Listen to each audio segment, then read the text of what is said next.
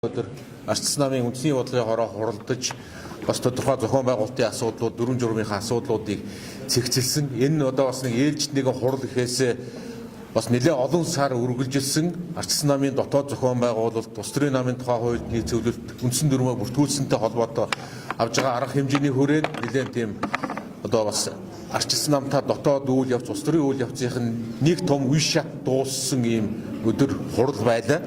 Өчигдрийн хурлаар Ардчилсан намын ерөнхий нарийн бичгийн даргыг жинхлэх дүрмээр бас бий болсон 5 дэд дарга томилох зэрэг асуудлууд энэ дээр нэмээд зөвхөн томилгооны асуудал биш улс төрийнхаа үйл ажиллагаатай холбоотой нэлээд олон дүрм журмуудад өөрчлөлт хийж баталсан нэлээд онцлог 3 журмыг бас баталсан. Энэ Ардчилсан нам бодлогын зөвлөлүүдэд цаашдаа хуваагдаж ажиллана. Ардчилсан намын шинэ үндэсний бодлогын хороо 12 бодлогын зөвлөлтөй байна. Энэ бодлогын зөвлөлийн үйл ажиллагааг уялдуулсан журмыг бид нар бас баталлаа. Мөн нэг жилийн дараа болох Монгол Улсын ерөнхийлөгчийн сонгуулийн нэр дэвшигчээ хэрхэн улс орон даяар захиалж ямар шаардлага хүрээ хязгаарын хүрээнд тодруулах уу гэдэг дөрвөн журмынхаа процессыг бид нар бас журамчиллаа. Мөн 2 жилийн дараа 24 сарын дараа тодорхой улсын их хурлынхаа нэр дэвшигчийг хэрхэн яаж нэр дэвшүүлэх вэ гэдэг бас энэ одоо их зүйн баримт бичгээ гаргалаа. Тэгэхээр ер нь нэлээд тийм Ардчилсан намын хувьд дотоод цэгцрэл дууссан гадагшаага улс төрөө хийх Ардчилсан нам гэдэг улс төрийн машиныгаа бас шинжилэн тосолсон эд ангиуд нь солигдсон, шинжлэгдсэн одоо улс төрийн машин маань хол замд уралдахад илүү ачаа дааж уралдахад бэлэн болсон ийм бас онцлог нэгэн төлөөлийн төв байгууллагын сонгуул болж өнгөрлөө гэдгийг бас та бүхэнд хэлье. Ер нь бол сүүлийн хэдэн сарын үйл явц бол Ардчилсан нам 10 жилийн хугацаанд хаалттай байсан, нээлттэй гэж хэлэгдэг ч гэсэн хаалттай байсан Ардчилсан нам үе таалга цэлийтлэн нээсэн ийм үйл явц болсон. Энийг ганц нэг тоогоор илэрхийлвэл төлөөлийн төв байгууллага, аймаг дүүргийн намын хороо, нийслэлийн намын хороодын үндсэндээ 70 орчим хувь нь шинэ залуучуудаар бүрдлээ. 70 орчим хувь нь шинэ хүмүүсээр бүрдлээ. Эдгээрийн 60% нь 30-с хүртэлх насны залуучууд бүрдсэн үнэхээр бас том хэмжээний өөрчлөлтийн салхи одоо үлээсэн ийм дотоод зохион байгуулалт Ардчилсан намдаар бас ингэж бүрдсэнийг хэлье. Ардчилсан намын ерөнхий нарийн бичгийн даргыг бас жинхлэх сонгуул бол жинхлэгцэн. Энэ одоо ямар бас онцлогтой вэ гэхээр 16 оны улсын хурлын сонгуульд, 20 оны улсын хурлын сонгуульд, 24 оны улсын хурлын сонгуульд 3 сонгуульд гурвууланд нь дараалан Ардчилсан нам үүрэг гүйцэтгэгч ерөнхий нарийн бичгийн даргатаа орж ясан, жинхэлж чадаагүй үүрэг гүйцэтгэгч ерөнхий нарийн бичгийн даргатаа орж ясан бол бид нар одоо 2 жилийн өмнөөс Ардчилсан намын дотоод зохион байгуулалт бүтцүүд ингээд бүрэн дүүрэн бас одоо тийм эмх зэгцээ бас олж байна. 5 дэд дарга томилогдсон 90% саналаар 5 дэд дарга томилогдсон улсын хурлын гишүүн Мөнх Баясгалан, улсын хурлын гишүүн Инх Туяа, Ардчилсан намын үндэсний бодлогын гишүүн, улс төрийн зөвлөлийн гишүүн Хуйлч, Өнөр Баяр, залуучуудын асуудал хариуцсан одоо дэд даргаар улсын хурлын гишүүн Мөнх Тул, Ардчилсан намын ерөнхий нарийн бичгийн даргаар ажиллаж байсан улсын хурлын гишүүнээр ажиллаж байсан Ганвал дарга их зэрэг 5 одоо Ардчилсан намын 5 бэлтгэгдсэн боловсон хүчин маань бас 5 бодлогын өөр чиглэлүүдийг хариуцж Ардчилсан намыг төлөөлж дэд даргаар ажиллана. Хотын хөгжлийг, орон нутгийн хөгжлийг, хууль эрх зүйн хөгжлийг, нийгмийн асуудлыг, залуучуудын асуудлыг гээд үндсэн чиг үүргүүдийг хуваарлаж бид нэр ингээд цаашдаа ажиллана. Тэгэхээр Ардчилсан намыг одоо та бүхэнд бас иргэддээ болоод Ардчилсан намынхаа гишүүдэд дэмжигчдэд хандаж хэлэхэд Ардчилсан нам дотоод зохион байгуулалт бүрэн дүүрэн цэгцэрч одоо улс төрийнхаа үйл ажиллагааг тэр дотоод эрчим хүч, энерги, гадагшаага улс орныхаа хөгжил дэвшлийн төлөө намынхаа бодлого чиглэлийг тодорхойлж олон нийт хүргэхийн төлөө одоо бүрэн дүүрэн ажиллахад ингээд бэлэн болоод өнөөдрийн хэвлэлийн орол шинээр томилогдсон дарга нар улсын хурлын дэд дарга бүрөвд орж гээд одоо бүрэлдэхүүн бас манай Ардчилсан намын дотоод хяналтын хорооны үйл ажиллагаа 15 хүний бүрэлдэхүүнтэй хяналтын хороо байгуулагдсан. Хяналтын хорооны даргын үүрэг гүйцэтгэж байгаа төвдөнд орж дарах улсын хурлын гишүүнээр ажиллаж байсан зэрэг одоо бүрэлдэхүүн та бүхэнд бас ингээд бүрэлдэхүүнээр мэдээлэл хийн. Нийслэлийн Ардчилсан намын даргын хувьд бас гадаад улсад бас сургалтад явж байгаа учраас тодорхой цөөн хоногийн чөлөөтэй байгаа. Ингээд бусад ингээд бүтэц бүрэлдэхүүн бас ингээд албан ёсоор бүрэлдэснийг одоо та бүхэндээ бас ингээд хэлье. Тэгээд манай дарга нар нэг товчхон мэдээлэл хийгээд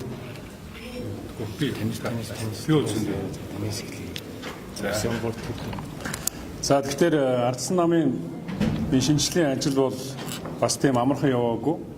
Өөрөөр хэлбэл 3 жилийн өмнө улс төрийн намын тухай хуулинд тодорхой яг энэ намын ажлын хэсэгт орж ажилласныхаа хувьд бол тодорхой заалтуудыг оруулсны үр дүнд энэ нам гишүүдийн нам болж хувирах, дээрэс нь үүний үр дүнд одоо намынхаа их хурлыг хийж намын их хурлын хүрээнд үндсэн дүрмээ баталж энэ үндсэн дүрмийн хүрээнд намын удирдах албан тушаалтнууд бүгдээрээ жирийн гишүүдээсээ сонгогддог, жирийн гишүүдтэйгээ ойрхон байдаг ийм нам болж хувирж байгаа дах хамгийн гол зүйл байгаа. Тийм учраас одоо өнөөдрийг хүртэл нам дотроо бас мэдээж одоо олон одоо санаа бодолтой үзэл санааны өөр одоо баримт бүхий ийм нам анханасаа өөрөлдвөл Ардсан нам, социал демократ нам, үндэсний дэвшлийн нам зэрэг олон одоо ургалж үзлийг нэгтгэсэн нам учраас бас тодорхой өөр байр суурьуд байдаг. Гэвч өнөөдөр Ардсан нам энэ одоо бүх зүйлээ бүгднгийн одоо шийдээд Ардсан намынхаа удирдлагуудыг томилж байгаад маш их баяртай байна. Ингээд цаашдаа бид бүхэн намын даргын маань хэсний дагуу намын даргынхаа одоо манлайлалдор энэ Монгол улсынхаа өнцөг булан бүрт хүрч ард иргэд болон намын гишүүдийнхээ тэр одоо санаа бодлыг сонсож улс төрийн үйл ажиллагаанд илүү тод өнгөтэй явах болно гэдгийг илэрхийлье. Баярлалаа тав.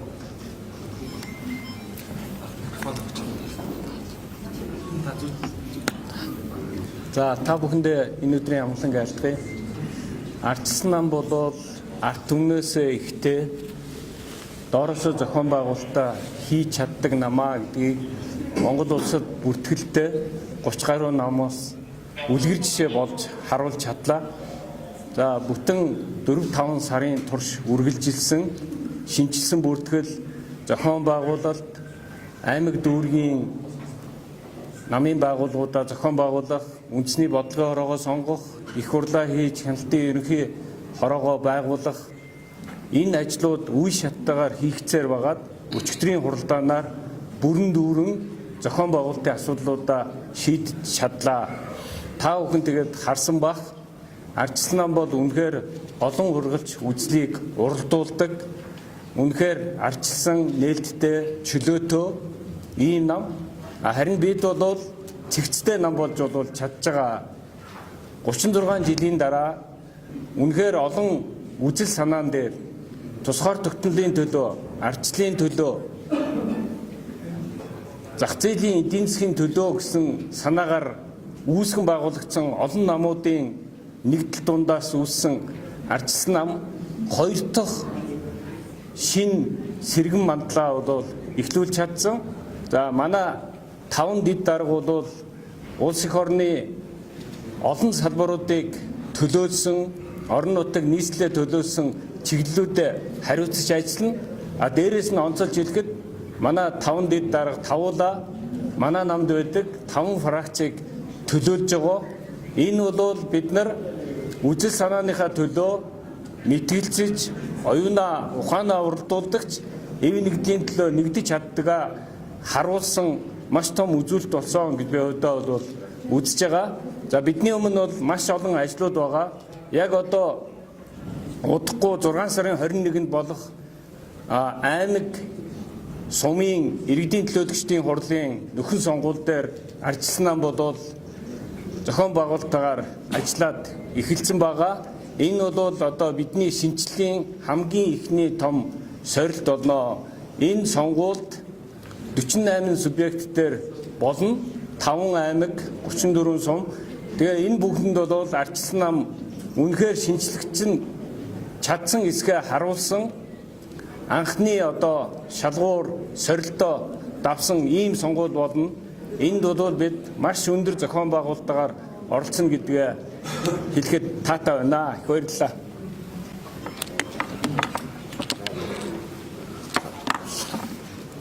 За өчтөр бүгдээрээ одоо бас манай хэвлэлийнхэн Монголын ард түмэн бүгдээрээ Ардсан нам ямар одоо замаар урагшлах вэ гэдгийг бүгдээр анзаарсан. Өчигдөр 5 дэд дарга маань батламжлагдлаа. Дээрээс нь арчилсан намын одоо ерөнхий нарийн бичгийн дараагаар Сангижовын баяр цогт гэдэг хүн томилогдсон нь арчилсан намын хувьд бол дахин сэргэлтийг авчрах ийм одоо цаг хугацааг авчирлаа гэдгийг бол манай намын гишүүд маань бүгдээр дуу нэгтэй батллаа. Тэгээд бидний хувьд олон ажил байгаа. Мэдээж Монгол улсын хувьд аймаг орон нутгууд бие даасан хөгжих энэ боломжууд нэгдсэн. Цаг хугацааны хувьд эдийн засгийн хувьд чадамжууд нэмэгдсэн. Ийм учраас бид нар аймаг болгон дээр дунд шатны буюу аймаг иргэдийн хурлын сонгуулийн стратегиудыг боловсруулах зайлшгүй шаардлагатай байгаа. Мөн одоо улсын хурлын сонгуультай адилхан сонгуулийн тогтолцоог орон нутгийн одоо сонгуулийн тогтолцоог нэн яаралтай бас өөрчлөх шаардлагатай байгаа. Энэ болгоныг хийх цаана мэдээж одоо стратегч дарга нар маань стратегийн одоо төвүүд ажиллагаанд оруулж за манай намын дарга цогт ирэл маань одоо Монгол улсын бас томоохон эдийн засагч. Тэгэхээр Монгол улсыг бид нар эдийн засгийн хувьд хэрхэн авч явах вэ гэдэг одоо гол концепцуудаа та бүхэнд бас удахгүй танилцуулна гэдгийг бас хэлье. За баярлалаа. За та бүхэндээ энэ өдрийн мэнд хүргэе. Намынхан байна. Арчсан намын алсын хараа тий. Тэгэхээр өнөөдөр бол арчсан нам зөвхөн сонгуульд ялдаг ийм стратеги хийх биш. Өнөөдөр арчсан нам Монгол улсын хөгжлийг ирээдүйн 20-30 жилд ямар байх юм бэ? Ингийн тулд бид юуг зорих юм бэ гэдэг энэ стратегийг тодорхойлох болно. Ер нь арчсан нам одоо өнгөрсөн хугацаанд ч гэсэн Монгол улсынхаа хөгжлийг түүчилсэн томоохон одоо төслүүдийг хөдөлгөж, томоохон бодлогыг гаргаж ирсэн ийм нам. Тийм учраас өнөөдөр бид нар зөвхөн сонгуульд ялах бус Монгол улсын хөгжлийг тодорхойлох ийм одоо улс төрийн хүчин гэдгийг бас та мэднэ. За өнөөдөр бол залуус маань төрөөс зөвшөөрөл бус төрөөс одоо бид нар боломж хүсэж байна гэж одоо ийм судалгаа гарсан. Мэдээж ийм хүсэлтийг ч одоо илэрхийлдэг. Тийм учраас өнөөдөр одоо төрн данхайсан ийм бус хамгийн гол нь иргэнлэг. За тэгээд дээрэс нь залуусыг дэмжсэн ийм одоо бас бодлогыг бид нар гаргах болно. За өнөөдөр би бол нийслэлийн иргэдийн хурлын төлөөлөгчөөр ажиллаж исэн. Монгол улсын одоо эдийн засаг улс төрийн төв бол яхахгүй Улаанбаатар хот тий. Тэгэхээр Улаанбаатар хотын хөгжлөөр бас улсыг бас тодорхойлж байна л да. Улсаар одоо өнөөдөр энэ Улаанбаатар хотын төсөв, за улсын төсөв маш одоо данхааж томорсон боловч хэдэн их найдаар одоо ярьж байгаа боловч харамсалтай нь өнөөдөр Монгол өрхийн одоо тэр хаалгаар орч чадахгүй байна. Монгол өрхийн хаалгаар орох тэр эдийн засгийн төсөв, энэ эдийн засгийн бодлогыг манай ардчилсан нам тодорхойлж, ардчилсан нам засаг барьж явахдаа энийг ч хийж ирсэн юм а. Тийм учраас энэ одоо ажил хэрэгч энэ Монгол улсын хөгжлийг түүчилсэн энэ бодлогыг манай одоо энэ ардчилсан намын шинээр сонгогдсон удирдлагын баг тодорхойлж бид нар хийх болно гэдгийг бас та бүхэндээ мэдээлье. Баярлалаа. За манай намын нэг гол үзэл баримтлал бол хуулийн зохицлыг тогтоохоо. Тэгээд та бүхэн мэдж байгаа өнгөрсөн хугацаанд эрх баригч нар бол аман дээр хуулийн зохицлын тухай, шударга усны тухай ярьсан боловч үнэн чанартай өөрсдөө өмгөөлдөг хамгаалдаг хуулиудыг л бий болгосон. Нөгөө талаасаа улс төрчнөр өөрсдийнхөө хариуцлагагүй байдлыг ялангуяа өмнө эрх барьж ирсэн энэ том дарга нар бол улс төрийнхөө хариуцлагагүй байдлыг үндсэн хуулиар үргэлж чигсээр ирсэн. Тэгээ энэ байдлыг бол бид нар өөрчлөө. Яг манай нам бол арчилсан үндсүүл үргэлж хамгаалдаг ийм зарчимтай нам энэ байр суурин дээр байна. Парламентын арчлаа хамгаална. Нөгөө талд нь эргээд иргэдийнхээ талд зогсож чаддаг, иргэдээ хамгаалдаг тэр бодиттой хуулиудыг бий болгох чиглэлдээ бас бид нар бол бодлого гаргаж ажилланаа. Тэгээ өрөөнд бол цонхоо нэхгүйгээр агаар сэлэгдгүүтэй муу хуундар гардагтай адилхан энэ төрийн бодлого ялангуяа хуулийн салбарт бодлогын өөрчлөлт гарахгүйгээр бол үнэхээр энэ хүний эрхийн асуудал, энэ тодгомцоо асуудал шийдэгдэхгүй байна. Энээс болж иргэд үнэхээр энэ шударгасны асуудал дээр үнэхээр бохимдолтой байгаа. Тэгээ энэ асуудал дээр бол ардсан нам өөрийн гэсэн бодлого байр суурьт энийгээ гаргаад тэгээд цаашдаа ялалтанд хүрээд энэ хэрэгжүүлж байгаа бодлогоо бодиттой ажиллахын төлөө зөвхөн амаараа ярьдаг биш, бодиттой шударга шиг тогтоохын төлөө, хуулийн цэцлэг тогтоохын төлөө даргаас хамаарал багтай байдаг тэр зүйлийг бий болгохын төлөө бол тодорхой ажлуудыг хийж бодлого гаргана. Энэ чиглэлээр би бас намын даргийнхаа бодлого шийдвэр, улс төрийн зөвлөлт бодлогыг бол дэмжиж ажиллаа. Бас парламент дахь намынхаа бүлэгтээ бас бодлогын дэмжлэг үзүүлж ажиллана гэсэн ийм бодолтой байгаа.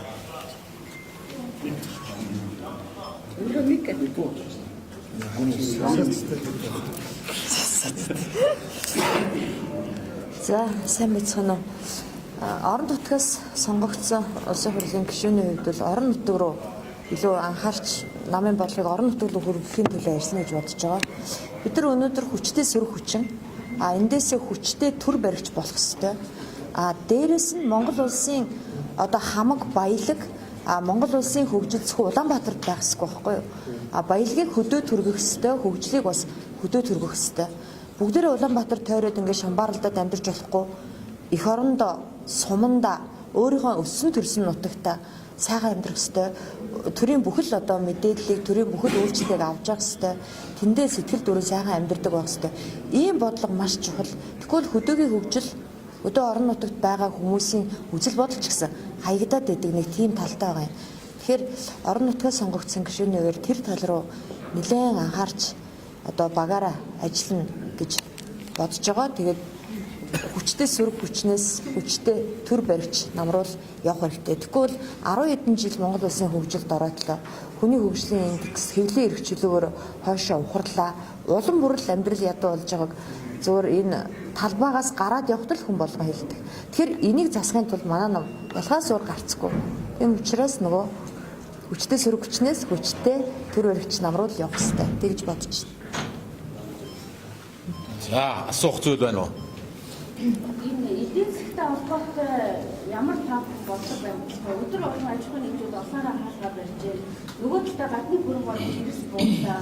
Монгол Ардын намын үргэлж бол борлогч орны одоо хөрөнгө оруулалт муудаж эсрэгээр нь хоёр хөршиг хөрөнгө оруулалт нэмэгдээд байна шүү дээ. Энэ ямар эрсдэлтэй тав эдийн засгийн төлөв талтай хөрөнгө оруулалт хэрэгцээ орчныг сайжруулах тал дээр ямар бодлого байна?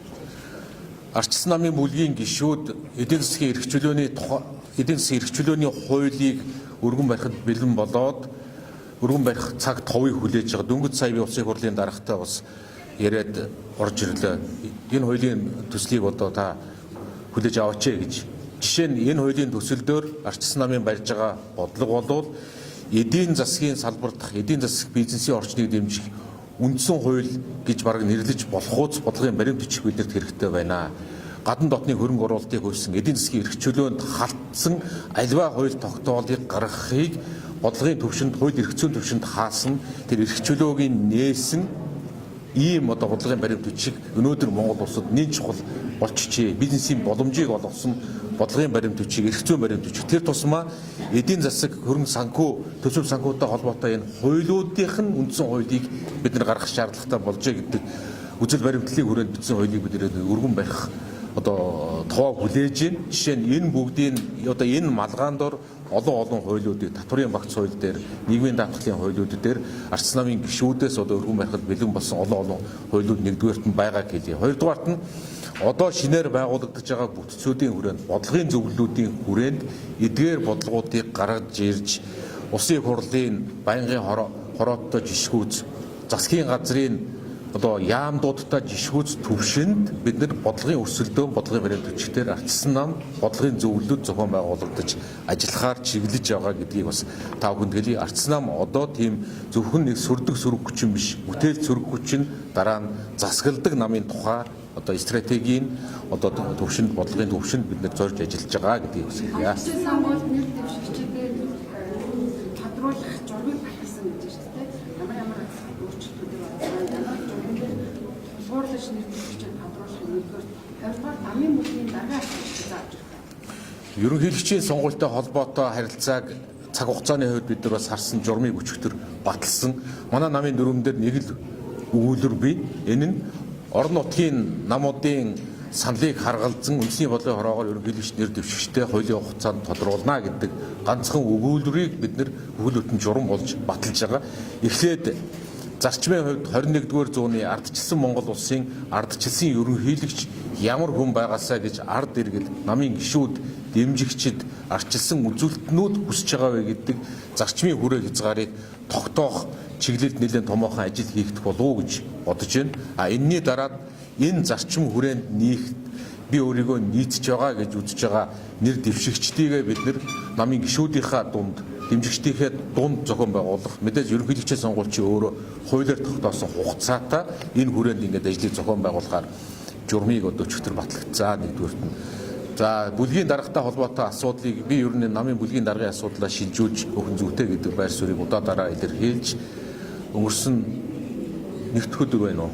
Санал болгосон бүлгийн гишүүдийн зүгээс энэ асуудлыг одоохондоо ярилцах шаардлага байна уу да төр хойшлуулъя гэдэг саналыг гаргаад ийм байдалтай явж байгаа гэдгийг бас хэлье. Намын жагсаалттай холбоотой нөгөө шаардлага шалгуурыг бидний хугацаанд хэлсэн болов. Монгол Ардын намын тухайд тусгай шалгуур тавих бол бидний хэлсэн. Мандаж таньдаг хүмүүс тоонороо орж ирээд байдлыг дурдуулаад байгаа нөхцөл байдал байна. Тэ мэдээж өчигдөр энэ журамдаар энэ асуудлыг тодорхой бас зохицуултуудыг оруулсан. Гэхдээ мэдээж 24 сарын өмнөөс бид нар арчилсан нам урд өмнөө байгаагүй 24 сарын өмнөөс улсын хурлын нэр дэвшигчтэй хэрхэн шалгаруулах вэ? Хэрхэн яаж хөдөлмөрлсөн илүү хөрөнгө хүчээ гаргасан илүү цаг хугацаагаа зарцуулсан илүү бас гишүүд дэмжигчд ард иргэдийнхээ сандлыг илүү авж байгаа нь илүү боломжийг хүртдэг гавьяага хүртдэг энэ тогтолцоог л бидний журамдэл гэж байгаа. Тэгээд энэ хүрээнд мэдээж одоо хугацаа урт байна. Энэ хүрээнд магадгүй энэ дунд сонгуулийн хуулинд бас тодорхой магадгүй өөрчлөлтүүд орно. Арчилсан намын дүрмээр бид нар бас энэ дүрм зохицуулалттай холбоотой зарим зүйлүүдийг өөрчлөлтөнд оруулахаар бас ажлын хэсэг илүү тодорхой дүрм дээрээ бас боломжуудыг нээхээр ажлын хэсэг гарч ажиллаж байгаа. Тэгэхээр энэ хүрээнд олон зүйлүүд хийгднэ. Бид нар одоо дүрм дээр байгаа ганц нэгэн заалтаар асуудлыг тулгачаар хэрхэн яаж бас асуудал ойлгомжгүй гомдол саналтай олон асуудлууд буруу нэр дэвшилтүүд болдог бас гишгүүд бас байдаг, түүхүүд бас байдаг. Тэгэхээр энийг л залруулахын төлөө 24 сарын өмнөөс 2 жилийн өмнөөс ингээд асуудлыг шийдэж явж байгаа. Жагсаалттай холбоотой харилцааг ил тод нээлттэй оролцоогоор дүгндэг энэ систем бол арчилсан намд болоод Монгол улсад асар их чухал хэрэгтэй байгаа гэдгийг бас бүгдээрээ мэдж байгаа. Хяналтын орныхоо даргаыг юу нь яах вэ? Яаж танилцах вэ? Одоо зээг шүүхийн эцсийн шийдвэр бас гараагүй байгаа. Анхан шатны шийдвэр гарсан. Тэгээд шүүхийн дараагийн процессыг мэдээж явна. Бид нар бас энэ хууль эрх зүйн үе шатыг бас харж байгаа. Одоогоор хяналтын ерөнхий орны даргын үр гүйцэтгэгчээр улсын хурлын гишүүн асны төвдөнд орж дарга маань үр гүйцэтгэгчээр ингээд томилогдоод ажиллаж байгаа. Арчилсан намын улс төрийн намын шинжилтээр нь яаж манлайлж ажиллах юм бэ? Одоо улс төрийн намаар маш их бохир мөнгөд амьдж байна гэдэг юм шүүмжил байгаа. Шилэн нийт тод болсон юм уу?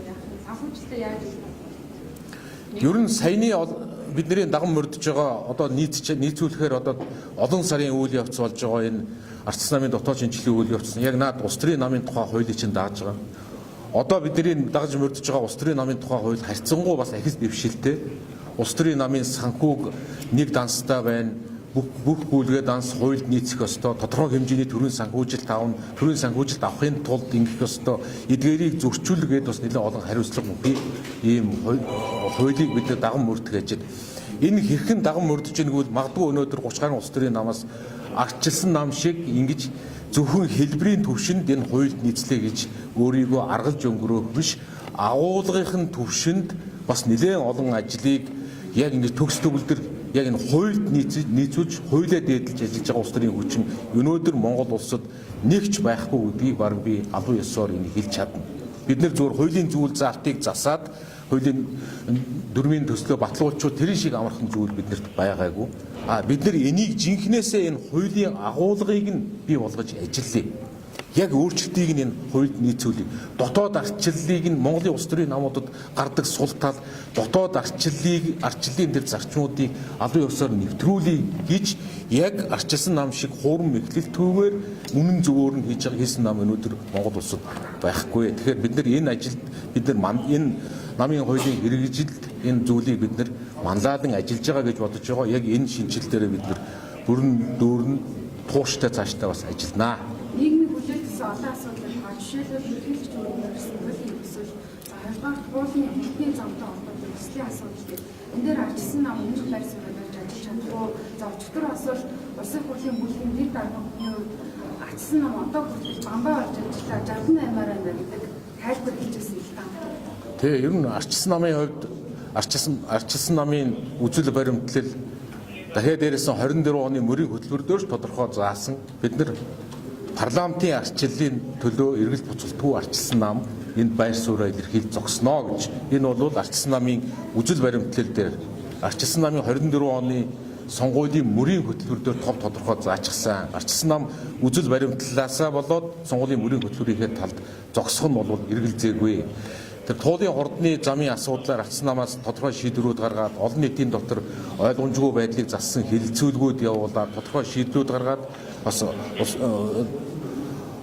Улаанбаатар хотын захирагчд болоод ерөнхий сайдад хандаж тодорхой мэдээлэл байр суурьудад том тодорхой илэрхийлээд явж байгаа. Туулын хордны зам гэдэг асуудал мэдээж одоо төвжирлийн бууруулах олон зорилго Монгол улсад тулгымцсан асуудлууд бий. Тулгымцсан асуудал нэрийн дор ардчлалгүйгээр олон нийтэд мэдээлэлгүйгээр асуудлыг шийдэх чинь өөрөө ардчлалын зарчим биш ээ гэдэг л байр суурьтай. Дахиад тэрний цаана тэр төсөв мөнгөтэй холбоотой энэ гарч байгаа харилцаанууд илэрч байгаа нөхцөл байдлууд өрчилсөн тэр 500 600 тэрбумын шилжүүлгүүд гэдэг үнэхээр бас ингээд ийм хуулийн хуудуутай байж болохоор нөхцөл байдлууд илэрч байгааг та бүхэн бас бүгдээрээ харж байгаа гэдэг. Баярлалаа нэг асуулт. За. Дэлхийн улс орнууд нар сарын эдийн засаг ярьж байгаад монголчууд хүмүүс дээрээ болчихж байна. Эрчим хүчний хямрал өвлийн өгөл өдрөө өдөрт хойж. Тэгэхээр энэ эрчим хүчний хямралаас гарах реформыг хийх гэдэг танай намаас ямар бодлого вэ? Шаардлагатай гэж үзэж байна. Та бүхэн хэдийгээр сүлж хүчин ч гэсэн их баригч намд бас зөвлөх хүчин болж тартай шүү. ганцхан Нэг тавьчих болдгоо. За би бол ардчилсан намын зохион байгуулалт сэргэлтийг Монголын бизнес эрхлэгчид ажил хөдөлмөр эрхэлж байгаа бүх хүн сонирхож хүлээж байгаа. Яг гэвэл ардчилсан нам 4.10-ын одоо татварын хуулийг 2004 оныхоо сонгуульд дэвшүүлж ороод 2007 онд батлуулж чадсан, 2008 онд татварын өршөөлийн хуулийг хийсэн. Өөрөөр хэлбэл 90 онд шилжилт хийсэн Монголын эдийн засаг, аж ахуйн нэгжүүд анх удаага 2008 онд ганцхан баланстай болж чадсан. 18 жилийн турш монголчууд 2 баланстай явдаг гэсэн. Яг гэвэл татварын ачаалал нь маш өндөр байсан учраас энэ бүгдийг ардчилсан нам сөрөг хүчин байхдаа хийжсэн. Дараа нь 2015 онд нэлээд томорцсон эдийн засгаар сүүдэр эдийн засаг байгаад байна. Тийм учраас эдийн засгийн эрх чөлөөний ил тод байдлын хуулийг хийж хэрэгжүүлсэн засгийн эрх барьж байхдаа энэ нь өөрөө ууд уурхаан буун болсны дараах эдийн засгийн тэлэлтийг бий болгоход маш их хөв нэмрээ оруулсан. Өөрөөр хэлбэл инх тавны гүүрээс өмнө баригдаж байгаа, яармагт баригдаж байгаа энэ барилга байгууламж, бүтээн байгуулалт нь ардчилсан нам засаглаж байгаа үед хийсэн бодлогын, эдийн засгийн бодлогын үр дүнгээр шийдэгдсэн ийм асуудлууд гэдгийг монголчууд бүгдээр харж байгаа. Одоо бизнес эрхлэгчид юу хүсч хүлээж ийн гэхлээр нэгдүгээр итгэл хэрэгтэй байна биднэрт. Хууль тогтоомж нь тогтвортой байдаг. Дарамт үзүүлдэггүй. Татварын мэдээж хэрэг төрд бол татвар хэрэгтэй. Гэхдээ энэ татвар нь бизнес эрхлэгчдийг бизнесийн боломжийг хумаад байдаг. Төрийн бизнес нь хувийн бизнестэйгээ өрсөлдөд байдаг ийм орчинд байх юм бол энэ улс орн бол хөгжихгүй. Хувийн хэвшил дээрээ тулгуурлаж яж улс орнууд хөгждөг. Тэгэхээр бид нар дэлхийн чинээтэй улс олъё гэвэл дэлхийд өрсөлдөх чадвартай хувийн хэвшлүүдээ бид нар бий болгох ёстой. Энэ бол ардчилсан намын үндсэн зорилтоо. Ингэж бизнесийн орчноо сайжруулахад бид нар гадаад орноос хамааралтай байгаа 2-3 салбар байна. Хамгийн гол салбар нь эрчим хүчний салбар, дараагийнх нь шатах тослох материалын салбарт байгаа. Энэ хоёр дээр бид нар бол үнэхээр том реформ хийж чаднаа. Өөрөөр хэлбэл засагласан 4 жилдээ бид нар Монгол улсыг эрчим хүчний хувьд биеийн даалгаад дотроо тохируулах их чадвартай ийм эдийн засгийг бий болгоно. Дараагийн зорилт нь бид нар шатах тослох материалын хувьд хамгийн их зардалтай энэ салбараа цахилгаан нар салхины эрчим хүч рүү шилжүүлээд цахилгаан автомашин дээр суурилсан маш их энерги хэмндэг дэд үтцийг бий болгосон ийм өөрчлөлтүүдийг хийх замаар шатах тослох материалын хувьд гадаадаас хараат байдаг энэ нөхцөл байдлаас гарна дотоодынхоо боломжуудыг бол хангалттай ашиглана. Бид нар нефтийг болон газыг ашиглахаас гадна хүрэн нүүрснээс химийн бүтээгдэхүүнүүд гаргадаг үйлдвэрлэлийн цоо шин салбарыг бий болгоно гэсэн ийм зорилттой байгаа. Дэлхийн нийтээр химэл оюун ухааны эдийн засаг руу шилжсэн үед бид нар бодлогын бүр энд зориулсан бие даасан яамыг бий болгоод хиймэл оюун ухаан дээр суурилсан эдийн засгаа уламжилт эдийн засгтайгаа хослуулсан ийм засгийн газрын бодлогыг явуулах болно гэдгээ бол та бүхэнд илэрхийлэхэд таатай байна. Баярлалаа. За баярлалаа. Арчилсан намын төв байр хаана вэ?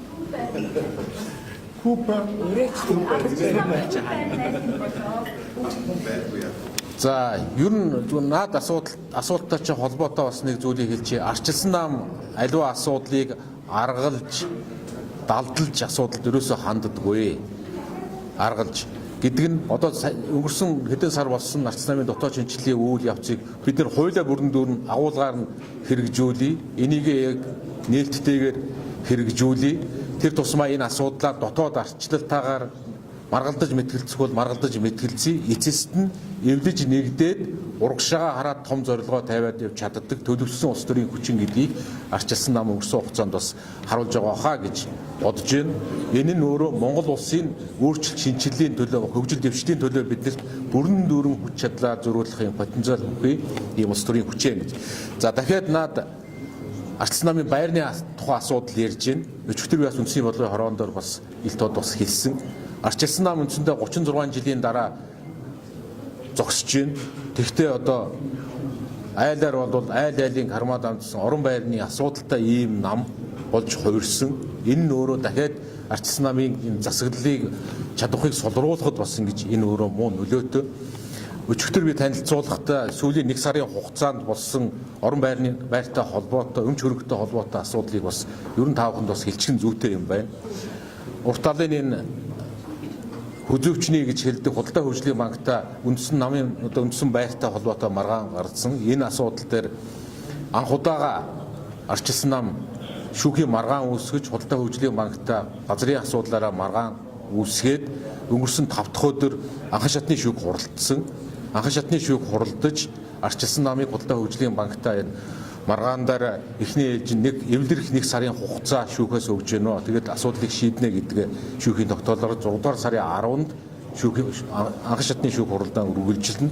Энэ бол арчилсан нам бас олон жил одоо үндсэндээ байргүй тодорхой тогтсон байргүй явсан арчилсан намд бол энэ бол арчилсан намын дээр хохирогчоо гэж миний хувьд үзэж шүүх тандаж асуудалтай гэж хандж байгаа. Нэгдүгээр, хоёрдугаарт нь байртай холбоотой олон асуудал бий.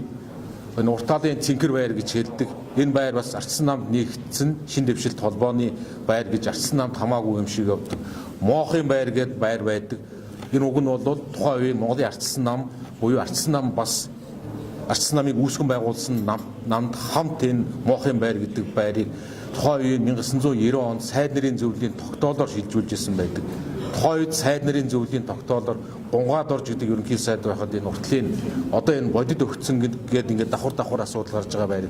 Энэ бүх байрууд дээр бас шүүхийн маргаан үүсгээд явж байгаа. 6 дугаар сард бас буюу арчилсан нам орон байрны асуудлаараа өмч хөрөнгөө олж авах асуудал хэдийгээр дотооддоо ч гэсэн энэ асуудлыг шудраг осны талд шүүхээр шийдвэрлэх ёстой гэдэг байр суурийг би хуульчдад өгөөд тэгж хуульчид маань ажиллаад анхны шүүх хурлууд болоод зарим шүүх хурлууд нь товлогдоод явж байгаа гэдгийг хэлье.